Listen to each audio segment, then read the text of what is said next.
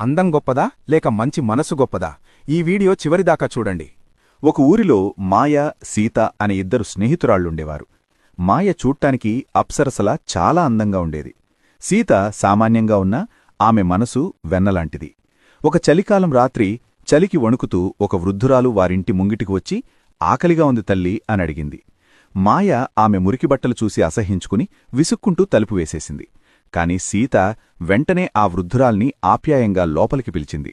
తనకున్న ఒకే ఒక్క దుప్పటి కప్పి వేడిగా అన్నం పెట్టింది. ఆ ముసలమ్మ కళ్లలో నీళ్లు తిరిగాయి. తల్లి, నీ రూపం సామాన్యం కావచ్చు, కాని నీ గుణం ఈ ప్రపంచంలోని ఏ అందం కన్నా గొప్పది అని మనసారా దీవించింది.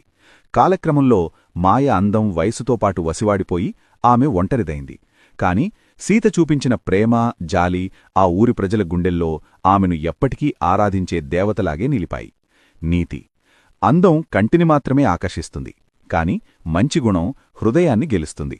రూపం కాలంతో కరిగిపోతుంది, గుణం మాత్రమే మనిషికి శాశ్వతమైన గుర్తింపునిస్తుంది.